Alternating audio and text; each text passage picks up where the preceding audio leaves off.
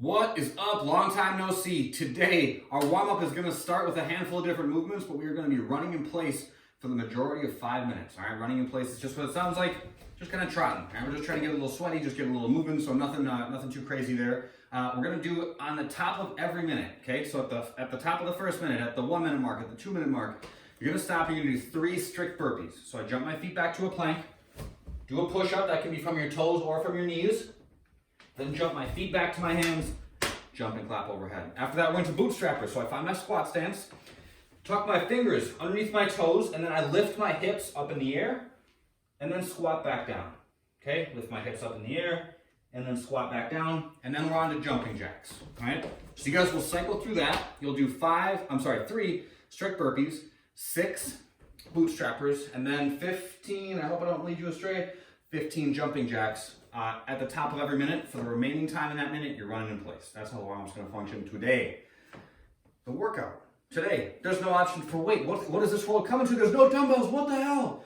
It's all body weight today. We're taking on the kind of like at-home version of a CrossFit classic called Cindy. This is Cindy with an S. So we don't have access to a pull-up bar. So we're going to do some other stuff instead. We're going to go for 20 minutes. All right? There's no rest built into this one. It's just a 20-minute grind. You're going to do 5 burpees to start, then 10 push-ups, then 15 squats, and then you're doing 20 sit-ups, all right? You cycle through for 20 minutes. That's kind of a long time to just continuously grind. So keep that in mind when you're working. Some days we look for technical movements and we're looking to slow down a little bit and to like really emphasize technical perfection. Some days we're looking to go heavy and really ramp up the intensity for short bouts. Today we're looking to do kind of the opposite. We're looking to keep the intensity maybe a little bit more moderate, and we're looking to just do a steady burn for 20 minutes. So don't sprint out of the gate. It's tempting to sometimes. The movements will feel really good when you first start out, but keep an eye on the clock as you work. And remember that we got to work for 20 minutes and that you don't want the last 5 minutes to be a complete crawl to the finish line. You want to be able to maintain your technique as you work, and you want to be able to kind of finish at the same pace that you started at or relatively close to that. So keep in mind your tempo as you start out so that you can maintain that throughout, okay? These movements we do a lot, so I'll keep this pretty brief. Burpees, chest all the way to the ground at the bottom, come all the way up, jump and clap overhead at the top. Push-ups, make sure that when you're doing your push-ups, we're working through a full range. And what full range means to you might be different than somebody else, but make sure that you know how far you're working. A lot of times people get comfortable kind of doing their push-ups to an arbitrary target and they don't lower down and touch anything, which, like, sure, you're still working through a portion of a push-up, but in the name of getting better at them, it's really tough to track your progress if you don't know how low you're going. So I would really encourage you guys to find something that you can use as a target if you need to scale them. Maybe put some books between your hands or something like that, so that when you lower down, you have a point of reference. Or, you know, as we get through a lot of rounds of this thing, you might get tired. You will get tired. If you don't, you let me know how you did that. But you want to have something that you can elevate the ground with so that you can keep your technique tight and not letting your hips sag or something like that. So keep that in mind as you work. Remember that when we're at the bottom, we want our elbows to be out from our sides at about 45 degrees. Okay, I think that this puts our shoulders into the most mechanically stable position. We don't want to be right here. We don't want to be up here. About 45 degrees out when your chest hits the ground at the bottom. Elbows locked at the top, chest hits all the way down.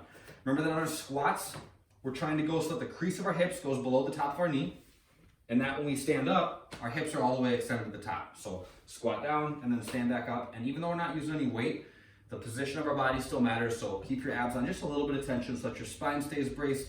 We're always keeping that as the priority, keeping our back in a strong position.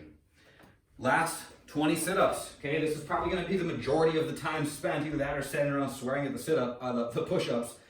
This is going to be a lot of reps. Okay, so take the little efficiencies where you can. I like to use my arms, and I think that helps get through more reps more quickly. So I'm going to lay down, I'm going to put my arms up overhead, and I'm going to throw my arms forward quickly and sit all the way up, okay? I see this, sometimes people kind of throw their arms like this just from the elbow. Think about throwing from the shoulder. That's going to give you just a little bit more gas, help you get through your reps more quickly throughout. That's that. We're cycling through that beast for 20 minutes. So again, pay attention to that pace and get after it. It's a good workout. It will scratch the itch for the day. When we get done with that, we're going to go for a little run. All right, we're going to go for a run for 15 minutes. And kind of like I talked about in terms of pacing the Cindy workout, Cindy with an S, we want to run in a similar way. So I'm going to have you guys go out and run for 15 minutes. But what I don't want is for you to see how far you can go. Oh my God, just test, what you're maximally capable of for 15 minutes. I want you to see if you can go out and run, and you can come back at the same pace that you left with, but you were challenged throughout, okay? So try to keep that in mind as you work, all right? You don't want to go out guns ablaze, and then when you come back, you're limping and you're hobbling, your hip flexors hurt or whatever. Go out at a pace that challenges you, but one that you can maintain, and try to maintain it the entire time that you go out running, okay? Take that on, and then when we get done with that, we got a little bit of mobility work. We're gonna work on a lateral trap rollout with the lacrosse ball. So we're not gonna be working up and down our back, we're gonna be working from about our neck out, okay? Something like that as we go. I'm gonna lay on my back. I'm gonna put the ball into my trap, and I start at just the outside of my neck, and I'm just doing a few passes. So I bring my arm up to overhead, and then come back to my side. Bring my arm up to overhead, and then come back to my side. I'll do like 5 passes there, then I move the ball that way, an inch. Okay, so I move it out towards my shoulder. Ooh, that stuff is tight. Do a couple passes there. After that, I'm gonna move the ball out another couple inches, and I'm just gonna kind of go back and forth for 3 minutes per side. All right, just some other stuff that gets tight from working out, from living, from sitting at your computer. Muscles get tight, you gotta work them out. That's that. That's it for today. I will see you guys next time. Have a good day. Later.